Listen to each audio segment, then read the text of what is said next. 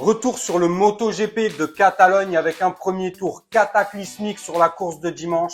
Bastianini balaye plusieurs pilotes au premier virage dont Johann Zarco. Un second virage qui aurait pu sonner comme une véritable malédiction pour Pecco Bagnaia. Une domination de la tête et des épaules d'Aprilia. Nos deux pilotes français qui se battent corps et âme pour nous offrir une belle prestation et une belle performance. Bref, beaucoup de rebondissements, de frayeurs, de déceptions, de succès au MotoGP de Catalogne. On fait le débrief du MotoGP de Catalogne de suite ensemble. N'oubliez pas de vous abonner, de liker la vidéo. Merci du fond du cœur à tous ceux qui me soutiennent. Jingle.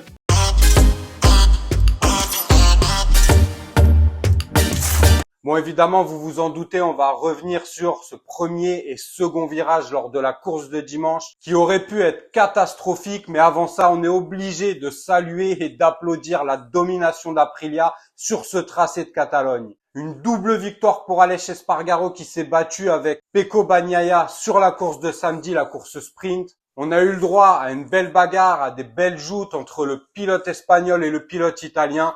Mais Aleix Espargaro était le plus fort sur cette course sprint et il la remporte d'une main de maître. Les Aprilia semblent tellement fluides, tellement à l'aise sur ce tracé. On voit la progression, le développement et le travail qu'a fourni le constructeur italien. Et clairement, ils n'ont laissé pratiquement aucune chance aux autres. Pecco Bagnaia s'est bien battu sur la course sprint. Viñales qui termine sur le podium, 3e position. Un Brad Binder qui s'est battu lors de la course de samedi et qui termine 4e. Donc à saluer quand même parce que ça n'a pas vraiment été le week-end des KTM. Jack Miller, quant à lui, a terminé 16e. Et une meilleure 8e position la course de dimanche. Brad Binder, quant à lui, n'a pas pu terminer la course le dimanche. D'ailleurs, sur cette course-là, encore une victoire d'Aleix Espargaro. Un Maverick Viñales qui a dominé pratiquement toute la course, en tout cas qui a pratiquement fait toute la course en tête. Mais Aleix Espargaro, petit à petit, s'est rattrapé et même a comblé l'écart très rapidement sur la fin de course. Et puis n'a laissé aucune chance à son compatriote espagnol. Les deux sont catalans en plus, donc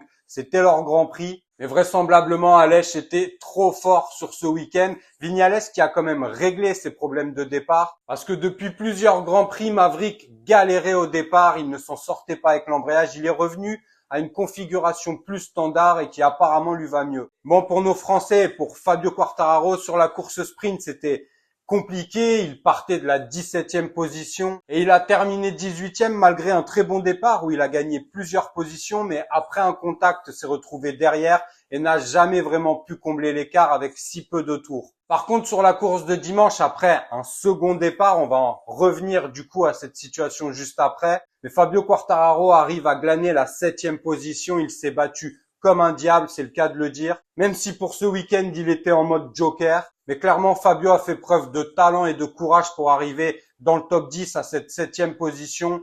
Donc, grand coup de chapeau au pilote français, ça va lui faire du bien au moral. Il s'est battu avec plusieurs pilotes, notamment Marc Marquez et Jack Miller. Et franchement, je suis content pour lui, même si ça ne règle absolument pas les problèmes de Yamaha. D'ailleurs, Jules Danilo a très justement souligné le problème des constructeurs japonais et je suis plutôt d'accord avec lui. Le fait qu'on voit bien que les constructeurs japonais amènent des nouveaux éléments, ça a été le cas pour Honda, ça a été le cas aussi ce week-end pour Yamaha, avec un package aérodynamique totalement nouveau, mais qui ne fonctionne absolument pas. Et ce que soulignait très justement Jules Danilo, c'est le fait que les constructeurs européens, eux, testent énormément les nouveaux éléments en usine, que ce soit par le biais de l'électronique, l'ordinateur, en soufflerie également, enfin bref, tout ça est testé et quand ça arrive sur la grille, eh ben ça fonctionne.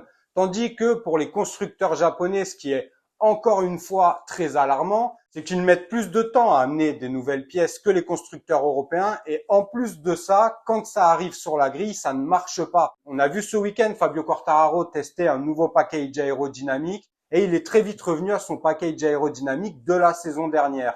Honda, ça a été pareil il y a quelques semaines, ils ont essayé un nouveau package aérodynamique et ils sont revenus à l'ancien. Ce qui veut dire que c'est probablement même pas testé en usine avant d'arriver sur la grille. Peut-être parce que les Japonais ont conscience de mettre plus de temps, alors ils veulent apporter les éléments plus rapidement sans les tester. Mais du coup, ça n'a aucun sens vu que ça fonctionne quasiment jamais et que les pilotes, que ce soit de chez Honda ou chez Yamaha, sont obligés de revenir à leur configuration de l'an dernier. En tous les cas, j'espère que moralement, ça fera du bien à Fabio Quartararo qui s'est vraiment bien battu sur la course de dimanche.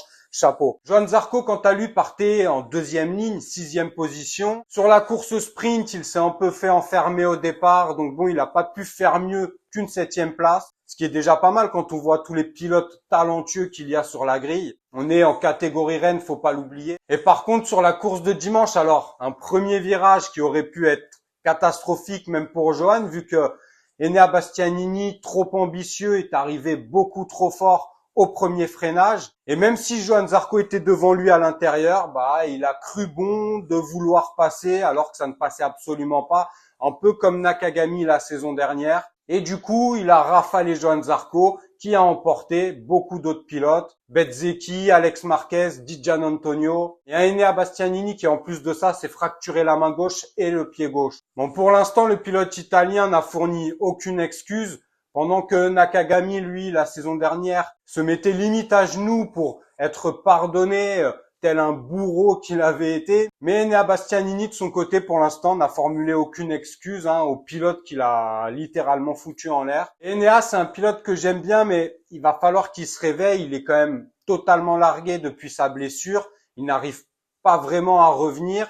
Pourtant, il dispose quand même de la meilleure moto du plateau. Alors certainement d'ailleurs que ce premier virage, et où il a été beaucoup trop ambitieux, c'est aussi le fruit d'une pression qu'il se met pour revenir au haut niveau. Et bon, là clairement, il a vraiment trop forcé. Il a fait n'importe quoi et ça aurait pu être dramatique. Mais Enea Bastianini va devoir se réveiller parce qu'il y a du monde qui veut prendre sa place, beaucoup de monde, Jorge Martin, Bezzecchi et d'autres. Donc il a intérêt de retrouver sa forme de la saison dernière. On va maintenant parler du virage juste après, du second virage, où là, rien à voir avec le premier accrochage, on l'a vu, mais Pecco Bagnaia d'une façon très bizarre, parce que Ducati ne nous a pas habitués à ce genre de high side, mais Pecco se fait littéralement projeter façon Marc Marquez avec sa Honda dans les airs. Il retombe sur la piste très lourdement. Et la situation qu'on déteste tous et qu'on n'aime absolument pas voir, un pilote à terre avec tout le reste du peloton et de la grille qui arrive derrière. Ça nous rappelle de très mauvais souvenirs, par exemple Marco Simoncelli, paix à son âme, et qui lui n'avait pas eu la chance de Pecco Bagnaia. Pecco se fait rouler sur les jambes par Brad Binder qui ne peut l'éviter. Heureusement que Brad ne lui tape pas dans le casque, à la tête, même à la colonne vertébrale, ça aurait pu être dramatique. Et heureusement également que tous les pilotes derrière arrivent à l'éviter.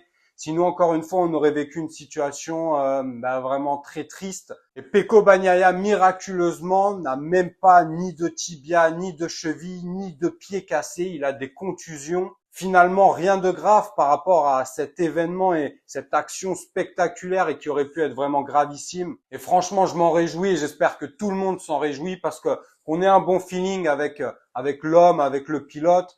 Personne ne souhaite qu'il y ait un événement dramatique qui se déroule lors d'un Grand Prix.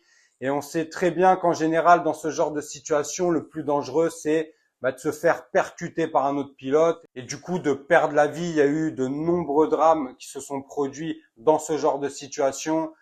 Donc heureusement, dans son malheur, Pecco Bagnaia n'est pas blessé. Il va certainement pouvoir revenir très rapidement, même si peut-être que psychologiquement, ça doit quand même marquer. Après, ils sont entraînés pour ça. C'est des pilotes très forts mentalement. On voit que Pecco, cette saison, ne subit absolument pas la pression. Pecco est solide en course comme mentalement.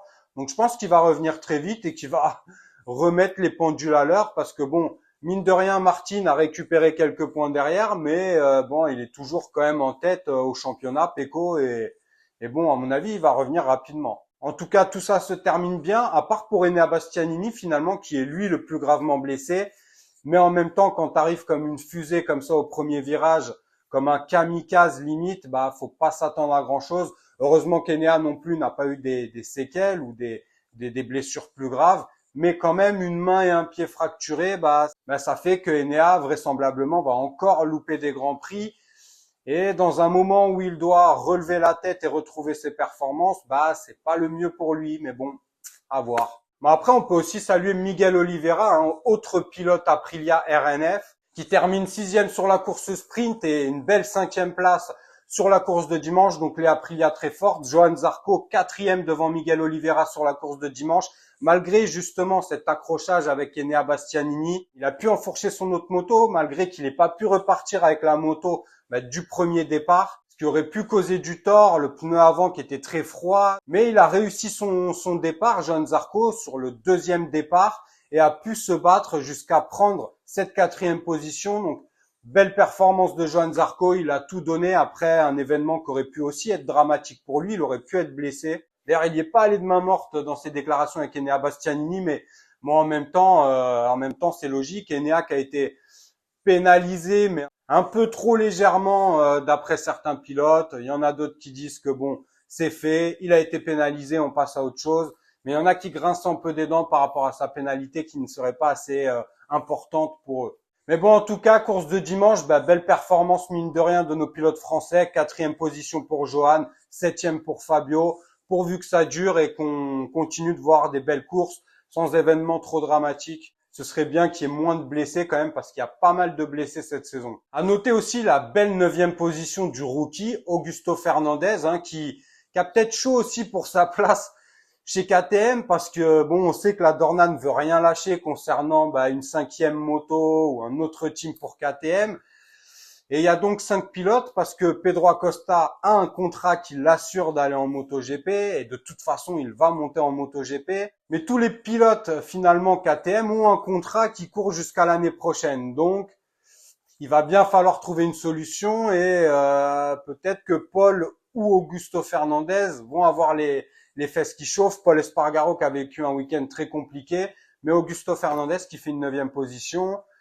Parce que peut-être qu'aussi il sent que il faut qu'il monte de belles choses parce que Pedro Acosta va pas venir en bicyclette l'an prochain en MotoGP, il aura une KTM, mais laquelle? On reparlera de tout ça dans des prochaines vidéos. Bon après pour les pilotes Honda, très compliqué. Malgré un Marc Marquez qui se bat littéralement, qui fait une 11e position le samedi, 13e position le dimanche, tous les autres pilotes Honda sont dans les dernières positions, ils sont totalement en galère. On a vu Mir qui a donné une déclaration qui fait limite froid dans le dos, où il dit que c'est le pire feeling de sa vie avec une moto en MotoGP. Il n'a jamais connu un feeling et des sensations aussi catastrophiques avec une machine. Donc, Honda n'y arrive pas.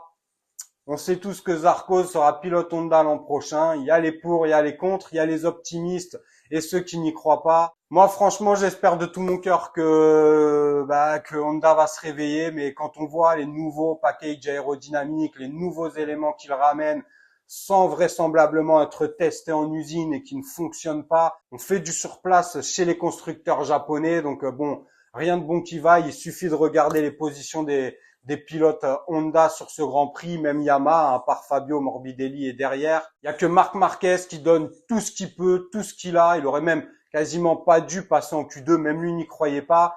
Mais avec sa malice et son vice, il a pris la roue de Miller au bon moment et passé en Q2. Mais bon, il peut pas faire de miracle. 11e et 13e position, c'est le mieux qu'il pouvait faire avec une moto qui est totalement à la ramasse. Donc voilà pour ce débrief du Grand Prix de Catalogne. Donnez-moi votre avis sur tous ces événements. Il y a eu beaucoup de rebondissements tout au long du week-end, que ce soit par rapport aux performances des Français, par rapport à ce qui s'est passé, Enea Bastianini, Pecco Bagnaia. Enfin bref, c'est toujours un plaisir d'échanger avec vous. On se retrouvera dès vendredi pour une prochaine vidéo. Prenez soin de vous, de vos proches, c'est le plus important.